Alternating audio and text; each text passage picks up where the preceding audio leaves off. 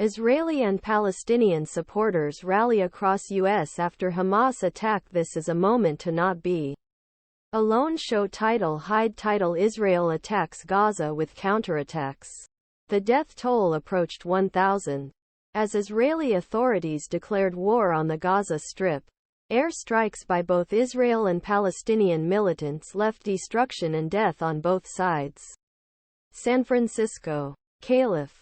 As Israeli Palestinian supporters gathered cities across United States on Sunday, the world watched in shock and horror as conflict Middle East left hundreds dead, thousands injured.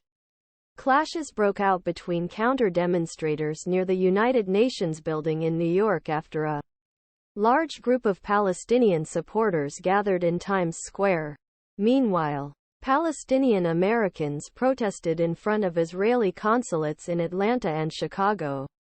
The attack plunged many Jewish communities and organizations into disbelief and sparked widespread condemnation. As it coincided with the celebration of Simchat Torah, a major Jewish holiday, in San Francisco, a Jewish community meets at Congregation Sherith Israel, one of the oldest synagogues in the United States.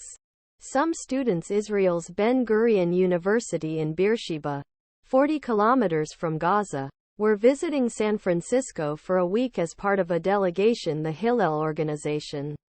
They expressed their desire to return home and help in any way they could. Yuval Appleboim, 26, told USA Today that his family lives less than 20 miles from Gaza.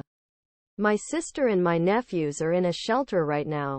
Sometimes their power goes out. My uncle had a rocket that crashed just 2 houses away."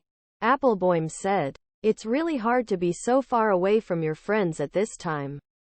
I have a friend who left his 9-day-old daughter to enlist in the reserves." Appleboim, who is also a reservist in the Israeli army, said his unit had been called into action and wanted to return as soon as possible to help.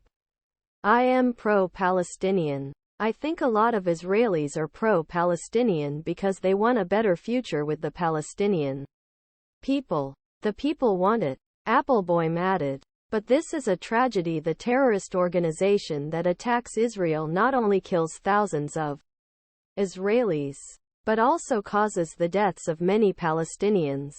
They do not care about their own lives." Conflict timeline. Why the Israeli-Palestinian conflict in 2023 is among the most brutal in recent years. This is the moment of not being alone. Yael Shafrir, 28, shared the same sentiments at the meeting in San Francisco. Although Sunday's meeting was difficult to attend, Shafrir said the community felt support from around the world.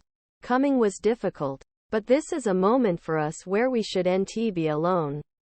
We feel like the community around the world embraces and supports us," Shafrir said. "We really need this."